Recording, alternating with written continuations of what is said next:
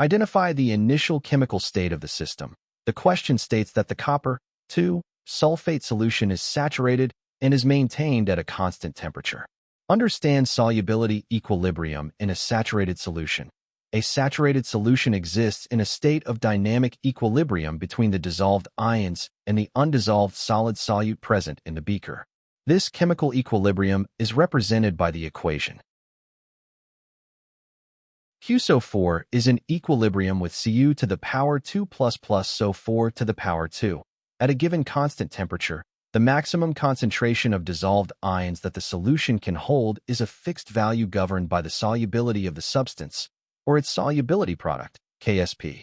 Analyze the physical effect of evaporation. As the beaker remains uncovered on the lab bench, water molecules continuously evaporate, which decreases the volume of the solvent.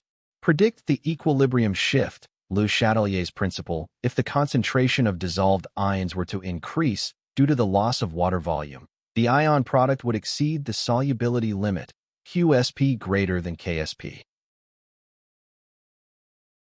To relieve this stress and maintain equilibrium at a constant temperature, the system shifts to the left. Consequently, dissolved Cu to the power 2 plus and SO4 to the power 2.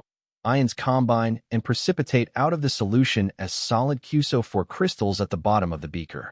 Determine the net effect on ion concentration over time. Because the excess dissolved solute precipitates in direct proportion to the volume of water lost, the ratio of dissolved moles of sulfate to the remaining volume of water remains perfectly unchanged. Thus, the concentration of sulfate ions, SO4 to the power 2, remains constant. This confirms option D as the correct answer. The correct answer is option D. It remains constant because the solution is saturated and solute precipitates to keep the concentration of ions constant.